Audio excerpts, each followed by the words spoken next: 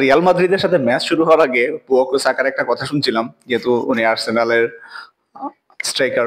উনি বলছিলেন বুকায়ো সাকার ক্যারিয়ারের one of the best match সেটা হতে যাচ্ছে গতকালকে যে ম্যাচটা ছিল সেটা, যেখানে রিয়াল মাদ্রিদকে সে প্রতিপক্ষ হিসেবে পেয়েছে এবং চ্যাম্পিয়ন্স লিগের কোয়ার্টার ফাইনালে, what ever it is, champions লিগের কোয়ার্টার ফাইনালের প্রথম লেগে আর্সেনালের মাঠে আর্সেনাল কিন্তু রিয়াল মাদ্রিদকে পুরোপুরি বিধ্বস্ত করে দিয়েছে, গুড়িয়ে দিয়েছে, ধ্বংস করে দিয়েছে এক কথায়। দ্বিতীয় ম্যাচে, চ্যাম্পিয়ন্স লিগের দ্বিতীয় ম্যাচে রিয়াল মাদ্রিদের সাথে রিয়ালের ঘরের মাঠে আর্সেনালকে আতিথ্য দেবে রিয়াল মাদ্রিদ। এখন কথা হচ্ছে এই ধ্বংসস্তূপের থেকে ছাই হয়ে বের হয়ে আসতে পারবে কি Real Madrid? This is the question and the topic is discussion that Champions লিগে কি আসলে এমন কখনো হয়েছিল যে 3 গোলে পিছিয়ে থেকে সেই ম্যাচ কোন দল জিতেছে? চলুন এর প্রোস এন্ড কনস গুলো আমরা আজকে ডিসকাশন করি। দেখুন, ফার্স্ট অফ অল, চ্যাম্পিয়ন্স লিগের এখনো পর্যন্ত আমার দেখা ওয়ান অফ দ্য বেস্ট কামব্যাকটা হচ্ছে একজন ব্রাজিলিয়ানের হাত ধরেই, সাথে আর্জেন্টাইনও ছিল। ঘটনাটা আমি আপনাদেরকে একটু মনে করিয়ে দেই। ঘটনাটা ছিল প্রথম লেগে বার্সেলোনার সাথে খেলা ছিল পিএসজির, এবং প্রথম ম্যাচটা কিন্তু পিএসজিতে হয়েছিল। সেই সময় পিএসজিতে কিলিয়ান এমবাপ্পে ছিল, মেবি ছিল, এডিসন কাভানি ছিল, আর অনেক ভালো ভালো খেলোয়াড় ছিল। সেখানে কিন্তু 4-1 গোলে বার্সেলোনাকে বিধ্বস্ত করেছিল পিএসজি।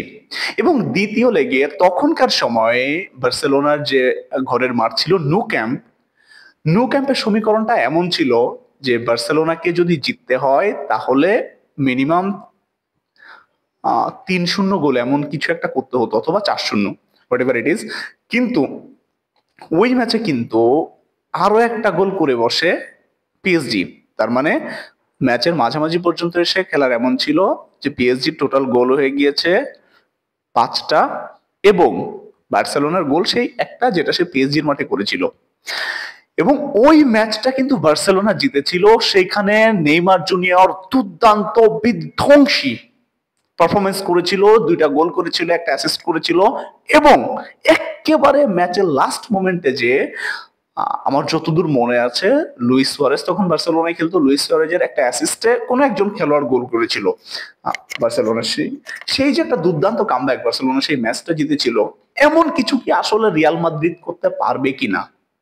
এখন কথা হচ্ছে ম্যাচটা যেহেতু রিয়ালের ঘরের মাঠ সান্তিয়াগো বার্নাবিউতে, যেখানে রিয়ালের অনেক মেনি টাইমস রিয়াল কামব্যাক করেছে, এবং রিয়াল প্রমাণ করেছে যে রিয়াল মাদ্রিদ শেষ 90 মিনিট শেষ না হওয়া পর্যন্ত, ফাইনাল বাঁশি বাজার আগ পর্যন্ত রিয়াল বুক চিতিয়ে ফাইট করে। এখন হয়তোবা রিয়াল যদি 3-1 ম্যাচটা শেষ করতো তাহলে রিয়ালের জন্য একটু স্বস্তি হতো, ভালো হতো, আর একটু কনফিডেন্স কাজ করতো। But you have to remember that the name is Real Madrid, they will fight till the last whistle. এবং এই কামব্যাক যদি যদি আমি আবার বলছি, যদি কোনো ক্লাবের পক্ষে সম্ভব হয়, this club name must be Real Madrid. হয়তো 1% চান্স অ্যান্ড 99% হোপ নিয়ে রিয়াল মাদ্রিদকে নামতে হবে। বাট রিয়াল মাদ্রিদের জন্য শেষ সময় পর্যন্ত শুভকামনা। ঘরের মাঠে আমরা রিয়াল ফ্যান যারা আছি তারা দেখতে চাই দুর্দান্ত দুর্দান্ত কিছু মুহূর্ত। আশা করি রিয়াল কামব্যাক করবে। কোনো সমস্যা নেই ভাই, তুমি যদি কামব্যাক নাও করতে পারো, no matters, we have 15 Champions trophy, যার ধারে কাছেও কেউ নাই, না আর্সেনাল না বার্সেলোনা। সো একটা সিজন খারাপ গেলে জন্টরি, বাট আপনি যদি একই সাথে আমার মতো ব্রাজিল ফ্যানও হন, আপনার জন্য একটা গুড নিউজ হচ্ছে, হয়তো কার্লো আনচেলত্তিকে রিয়াল আর ক্যারি করবে না। রিয়াল কাকে কোচ হিসেবে নিয়ে আসছে সেটাও এখন বাতাসে ঘুরছে, ওপেন সিক্রেট। জাভি আলোনসো, রিয়ালের সাবেক খেলোয়াড়, এখন বুন্দেসলিগার কোচ হিসেবে আছেন তিনি। জাভি আলোনসো হয়তো নেক্সট সিজনে আমরা ব্রাজিল আমরা হয়তো রিয়াল মাদ্রিদ ডাগআউটে দেখতে পারবো। সো ব্রাজিলের জন্য কিন্তু একটা অপরচুনিটি হচ্ছে কার্লো আনচেলত্তিকে ব্রাজিল ডাগআউটে নেয়ার জন্য। সো দেখা যাক কি হচ্ছে। বাট আপনি যদি রিয়াল মাদ্রিদ ফ্যান হন, আমি আশা করব আপনি রিয়াল ভার্সেস আর্সেনালের next round match you must take the breath and keep your eyes on screen.